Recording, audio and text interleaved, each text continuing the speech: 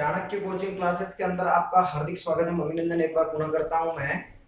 Gauss के नियम के अनुप्रयोग, गाउस के नियम की जो एप्लीकेशन है वो आपने पढ़ी थी, जिसमें फर्स्ट मैंने आपको बताया था intensity of electric field due to infinite wire, और मतलब अनंत रेखीय आवेशित तार के कारण विद्युत क्षेत्र की तीव्रता आपने पढ़ी थी। ठीक है, अब मैं दूसरा अनुप्रयोग लेकर के आपके पास आ रहा हूं, और दूसरा अनुप्रयोग जो हमारे पास है गाउस के नियम का, वो है बेटा देखिए, समरूप आवेशित गोलीय कोश के कारण, समरूप आवेशित गोलीय कोश के कारण विद्युत क्षेत्र की तीव्रता, समरूप आवेशित गोलीय कोश के कारण विद्युत क्षेत्र की तीव्रता, intensity of electric field due to charged spherical shell, intensity of electric field due to charged spherical shell. ध्यान से देखेंगे कि चार्ज स्फेरिकल शेल क्या है? कैपिटल आर त्रिज्या का कोई स्फेरिकल शेल है, मतलब कैपिटल आर त्रिज्या का कोई गोलीय कोश है जिस पर आवेश दिया गया है प्लस। तो ये प्लस पूरे पर क्या हो जाएगा बेटा? पूरे पर वितरित हो जाएगा, मतलब कंटिन्यूअस चार्ज डिस्ट्रीब्यूशन है जो आपने पहले पढ़ा है। तो एक तो होता है लीनियर चार्ज डिस्ट्रीब्यूशन, एक होता है सरफेस चार्ज डिस्ट्रीब्यूशन, और एक होता है वॉल्यूम चार्ज डिस्ट्रीब्यूशन। तो हमारे पास ये सरफेस चार्ज डिस्ट्रीब्यूशन है कि गोले पर जब आवेश दिया गया है तो ये पूरे पर वितरित हो गया है। तो चार्ज स्फेरिकल शेल, मतलब इस पर आवेश प्लस क्यों दिया गया है, तो ये पूरे गोले पर वितरित हो गया है। हम इस गोलीय कोश के कारण विद्युत क्षेत्र की तीव्रता 3 बिंदुओं पर ज्ञात करते हैं। Number first eight outer point R greater than R। Outer point मतलब गोले के बाहर, गोले के बाहर। ठीक है, गोले के बाहर क्या हो जाएगा? देखिए कि हमारे पास गोले के बाहर, इसी को ले लो या दूसरा चित्र भी बना लो, कोई दिक्कत नहीं है। दूसरा चित्र बना लेता हूं। कैपिटल R त्रिज्या का गोला जिस पर प्लस Q चार्ज है, और स्मॉल r दूरी पर बिंदु P पर गोले के बाहर विद्युत क्षेत्र की तीव्रता ज्ञात करनी है। अब देख लीजिए, r स्मॉल r जो है वो कैपिटल R से बड़ा, ऑब्वियसली दिख रहा है आपको।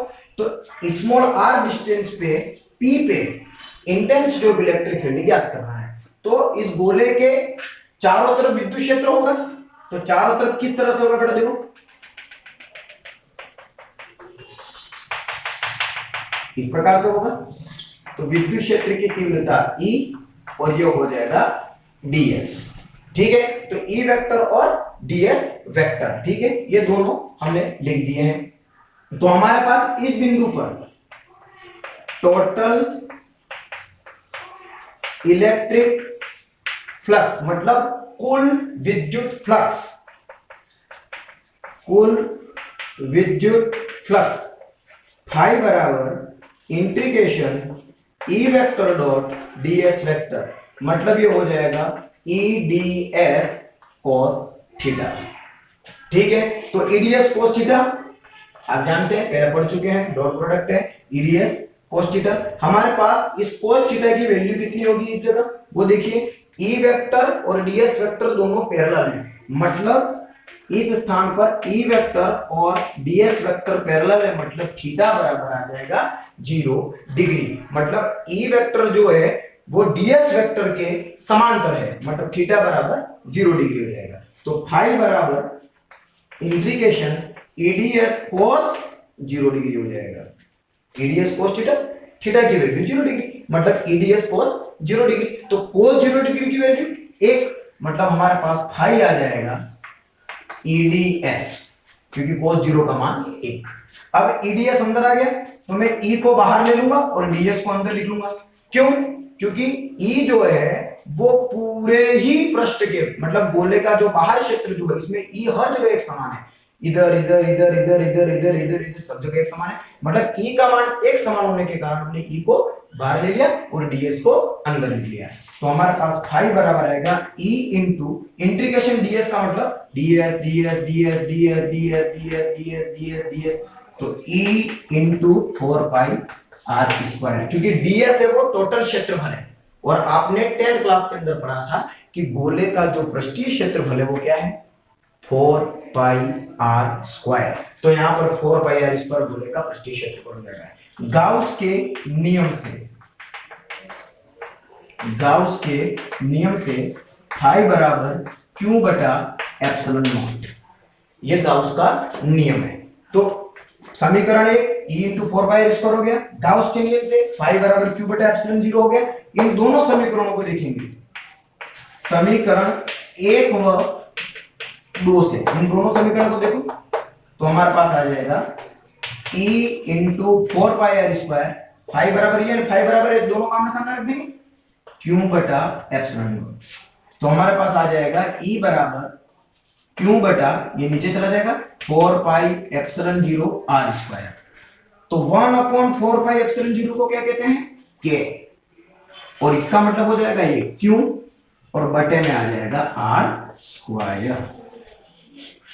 ये हमारे पास e आउट है, आपके सामने देख लीजिए, इसमें कोई भी दिक्कत तो आप मेरे को प्रश्न कर सकते हैं। अब मैं e आउट इसको वेक्टर में लिख देता हूं k q बटे में r स्क्वायर r क्या है, इसको मैंने वेक्टर में लिख दिया। ये आपका समीकरण नंबर 3 हो गया। देख लीजिए आप क्या आउटर पॉइंट पे कितना आएगा आपके सामने है। अब सेकंड पॉइंट आपका है एट सरफेस, मतलब पृष्ठ पर, गोले के पृष्ठ पर कितना होता है r बराबर r। मतलब अगर ये कोई चीज गोले के पृष्ठ पर स्थित है जिस पर विद्युत क्षेत्र की तीव्रता निकालनी है, कैपिटल R त्रिज्या का गोला है, प्लस q चार्ज स्थित है, O से R डिस्टेंस पे बिंदु P यहां पर रख दिया आपने, और विद्युत क्षेत्र की तीव्रता ज्ञात करनी है, ये ds हो गया। ठीक है, दिखाई दे रहा होगा आपको कि गोले का गोला है और उसी पर अगर अपन को निकालना है, सरफेस पर ही अपन को विद्युत क्षेत्र की तीव्रता निकालनी है, मतलब r बराबर r हो जाएगा। पृष्ठ पर क्या चीज आ जाएगी, जितनी त्रिज्या है उतनी ही डिस्टेंस है, मतलब r बराबर r हो जाएगा। तो जितना भी प्रोसेस ये किया है वो प्रोसेस आप पूरा कर लो, या फिर सिंपल शॉर्टकट तरीके से क्या हो जाएगा, देखो समीकरण 3 से, ये जो समीकरण 3 आपका है उसका इस्तेमाल कर लो आप। ES बराबर क्या हो जाएगा बोलो, k q स्मॉल r की जगह आ जाएगा ये कैपिटल R, मतलब r स्क्वायर आ जाएगा। स्मॉल r की जगह कैपिटल R स्क्वायर आ जाएगा, मतलब सरफेस पर इसकी वैल्यू आ जाएगी kq बटा कैपिटल R स्क्वायर, मतलब 1/4 पाई एप्सिलॉन नॉट और बटे में ये q बटे में r स्क्वायर, q बटा 4 pi epsilon 0 capital R square. इसको वेक्टर में लिख सकते हैं ES बराबर KQ बटा capital R square R cap. देख लीजिए आपके सामने है पृष्ठ पर भी वही स्थिति बनेगी जो यहां पर बनी है, लेकिन इसमें सीधा सा गणित है, R बराबर R कर दो आप, R बराबर R कर दो, मतलब स्मॉल r की जगह कैपिटल R आ जाएगा बस। अब तीसरा पॉइंट आपका है 8 इनर पॉइंट। तो इनर पॉइंट पे क्या हो जाएगा, r लेस देन r हो जाएगा। इनर पॉइंट का मतलब होता है बेटा अंदर निकालना है आपको, यूं अंदर निकालना है। तो अंदर क्या हो जाएगा, देखो चित्र बना रहा हूं, कैपिटल R रेडियस, ठीक है, पॉजिटिव चार्ज है, अपन को अंदर निकालना है। तो r डिस्टेंस पे ये अंदर P पॉइंट है, और P पॉइंट के कारण ये अंदर भी ऐसा आपको गोला बना लेना है, क्योंकि अंदर विद्युत क्षेत्र की तीव्रता ज्ञात कर रही है, और ये छोटा सा भाग जो आपका ds हो जाएगा। मतलब जो प्रक्रिया बाहर हुई थी पहले पॉइंट में, वही गोले के अंदर P पॉइंट स्थित है, तो स्मॉल आर कैपिटल आर से छोटा हो जाएगा, और ये अंदर निकालना आपको विद्युत क्षेत्र की तीव्रता। हम फाई देखते हैं, फाई बराबर integration E vector dot DS vector, दिखाई दे रहा होगा आपको, फाई बराबर E vector dot DS vector. ठीक है, अब ये पूरा प्रोसेस जो है EDS cos theta cos 0 degree का मान 1 क्यू बटा आर स्क्वायर, ये सब आता जाएगा। लेकिन एक बात का स्पष्टीकरण कर रहे हैं कि कोई भी गोलीय कोश है, अगर उस पर कितना भी चार्ज आपके पास है बाहर की सतह पर, तो उसके अंदर वाटर में उसके अंदर E का मान 0 होगा। मतलब E की वैल्यू E इन बराबर 0 होगी, मतलब फाई की वैल्यू भी 0 आ जाएगी। भले आप कितना भी लंबा कर लें, उससे कोई फर्क नहीं पड़ रहा है। यहाँ पर E अंदर 0 है, मतलब E इन 0, मतलब फाई भी टोटल इसका 0 हो जाएगा।